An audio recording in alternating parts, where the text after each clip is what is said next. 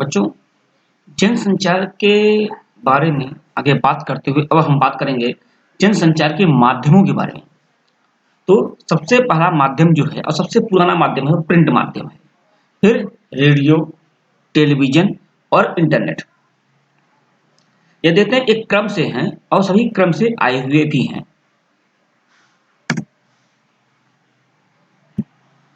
अब सबसे जो पुराना माध्यम है वह प्रिंट माध्यम है। इसकी विशेषता क्या होती है, इसकी प्रमुख बातें क्या हैं?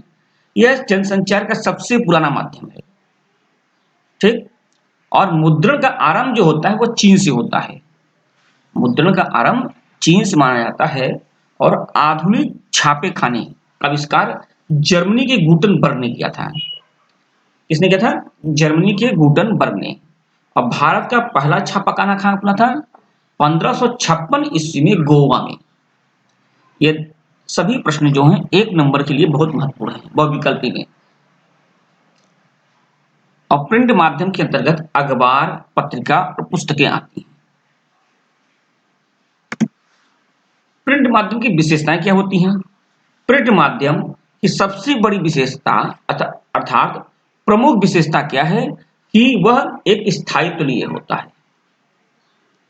अर्थात आज से 500 साल पहले रामायण लिखी गई थी, रामचरितमानस लिखा गया था और आज भी हम उसे पढ़ते हैं।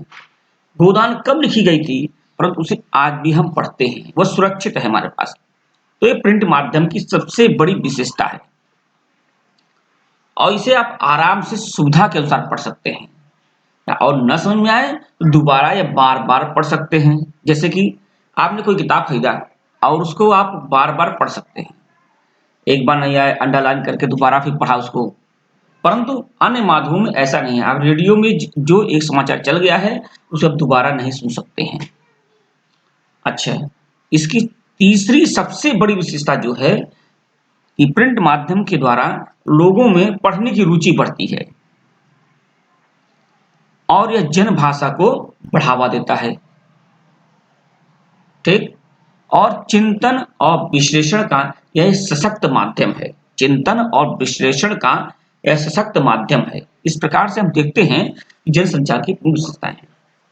पहली विशेषता क्या है? यह इसमें स्थायित्व होता है। दूसरा, इसे हम आराम से अपनी सुविधा के अनुसार पढ़ सकते हैं, न समझ में आए दोबारा पढ़ लेंगे। और लोगों में यह पढ़ने की रुचि बढ़ाता है और जन भाषा को बढ़ावा देते हैं। जैसे भोजपुरी है, अवधी है, गढ़वाली है, कुमाऊनी है। इन भाषाओं को धीरे धीरे बढ़ावा देता है जब अखबारों में इन भाषाओं के माध्यम से आलेख छपते हैं तो लोगों को पढ़ने में रुचि बढ़ती है और जन भाषा को इस प्रकार से बढ़ावा देता है। और चिंतन विश्लेषण का सशक्त माध्यम तो है ही। आगे चलते हैं। अच्छा, प्रिंट माध्यम की सबसे बड़ी कमी क्या होती है? जो उसकी अच्छाइयां हैं वहीं उसकी कमियां भी दिखाई पड़ती हैं। जैसे कि यह निरक्षरों के लिए अनुपयोगी है। काला अक्षर भैंस बराबर। जो पढ़े लिखे नहीं हैं उनके लिए तो काला अक्षर भैंस बराबर है, इसलिए यह निरक्षरों के लिए अनुपयोगी है। प्रिंट माध्यम में तुरंत घटी घटना को रेडियो टेलीविजन की तरह नहीं दिखाया जा सकता है। इसमें एक समय सीमा होती है जिसे डेडलाइन कहते हैं। इस बात को आपको बाद में बताऊंगा मैं कि डेडलाइन क्या होती है। तो प्रिंट माध्यम की सबसे बड़ी जो कमी होती है कि उसको तुरंत घटी घटनाओं को हम नहीं दिखा सकते हैं। अगला है, प्रिंट माध्यम जो होता है किसी पत्रिका में, किताब में, अखबार में छपेगा, ठीक। तो उसमें एक स्थान सीमित होता है। जब प्रिंट माध्यम में स्थान सीमित होता है, अतः इसका ध्यान रखना आवश्यक होता है। अगला क्या है? छपाई इसमें अशुद्धियों का विशेष ध्यान देना, क्योंकि अगर एक बार छप गया तो फिर अगले अंक में ही सुधार हो सकता है, उससे पहले नहीं। अतः यह ध्यान देने की आवश्यकता है कि हमें प्रिंट माध्यम में अशुद्धियों पर विशेष ध्यान देने की आवश्यकता है। माध्यम से लेखन कर रहे हैं तो क्या क्या ध्यान देने योग्य बातें होती हैं? पहला, लेखन की भाषा, व्याकरण, वर्तनी और शैली का विशेष ध्यान दें। प्रचलित भाषा के प्रयोग पर जोर दें। क्यों? अगर प्रचलित भाषा का प्रयोग नहीं करेंगे तो लोग पढ़ने में रुचि नहीं रखेंगे। बहुत क्लिष्ट और कठिन शब्दों का प्रयोग कर देंगे तो लोग नहीं पढ़ेंगे। समय सीमा तथा आवंटित जगह के अनुशासन का पालन करना चाहिए। समय सीमा मतलब डेडलाइन। ये नहीं बहुत पुरानी खबर छाप दें, अगर प्रासंगिक न हो तो पुरानी खबरों को न छापें, कि नहीं तो लोग पढ़ने में रुचि नहीं रहती।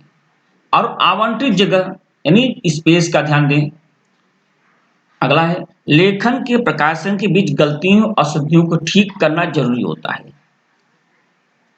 क्योंकि अगर गलतियां प्रकाशित हो गई तो फिर उनको सुधारना संभव नहीं है, फिर अगले अंक में ही आप सुधार सकते हैं।